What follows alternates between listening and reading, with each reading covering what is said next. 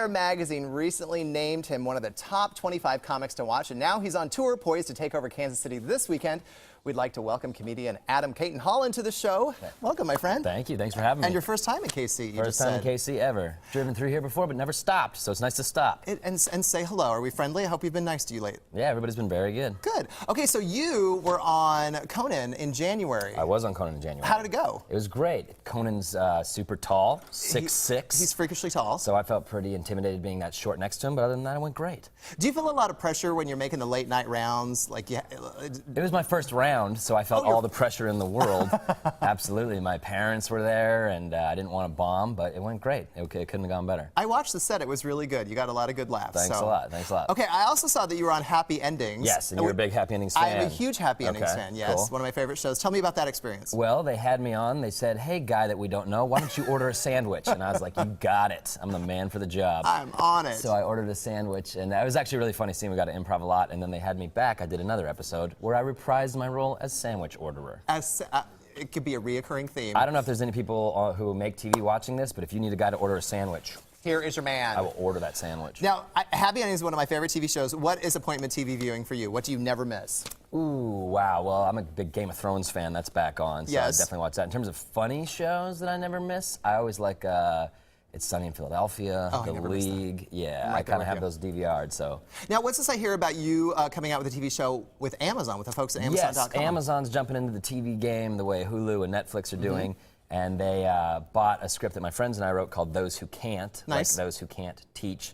So me and my friends play 3 inept teachers in a failing public high school, and it comes out April 18th on Amazon Instant Watch. It's going to be free for a month, and then you probably have to vote for it to pick whether you want that show to continue to be made into a show. Congratulations on that. Yeah, I'm very excited. I'm from Denver. We made the whole show in Denver, so it's kind of cool to make something outside of LA and see it compete with the other shows. Good enough. Okay, so I read on Wikipedia. This may or may not be true. Here we go. I want to hear about your.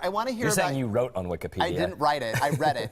Your love of Chipotle burritos. Is that true? Because you can never trust Wikipedia. Yeah, I absolutely love Chipotle burritos. What's not to love? Do you like them? Who doesn't? It's universal. Can I ask you what's your go-to order? It's pinto beans with barbacoa and a lot of corn. Okay. All right. And usually in a bowl. Oh, wow. Probably more than anyone needed to know, but there you go. Vastly different. Vastly, okay. Black beans, chicken, no bowl. No bowl, okay. So I was perusing YouTube yesterday, and I typed in Adam Holland, and of course you popped up with a couple, but there are a lot of other Adam Hollands out there. Did you know that? I didn't know that at all. But you know, my name is Adam Holland, and Adam Clayton is the bass player for U2.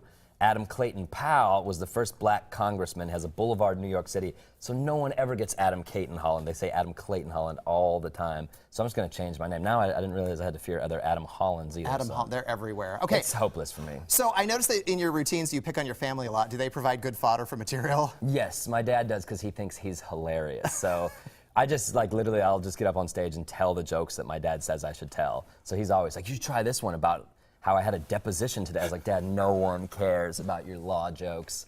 So yeah, they give me plenty of stuff. And my mom just hates it all. She's very mortified that I do this, so that also provides a pretty good character. You pick on her a lot. You are scathing. It's lovely. Yeah. Okay, so April Fool's was earlier this week. What was your ultimate punk on somebody?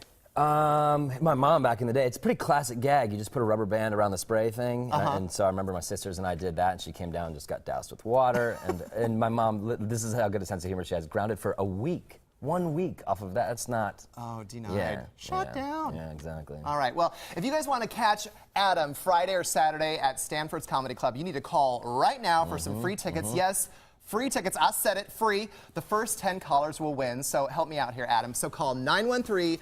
913-400-7500. Yes, shows are at 7:45 and 9:45 both nights. Can I go sit with those ladies who are taking the calls right now? There's one open spot. I'll sit with them You and can feel. do it, brother. All right, it's cool. all you. In fact, let's toss things over to Michelle in our other studio.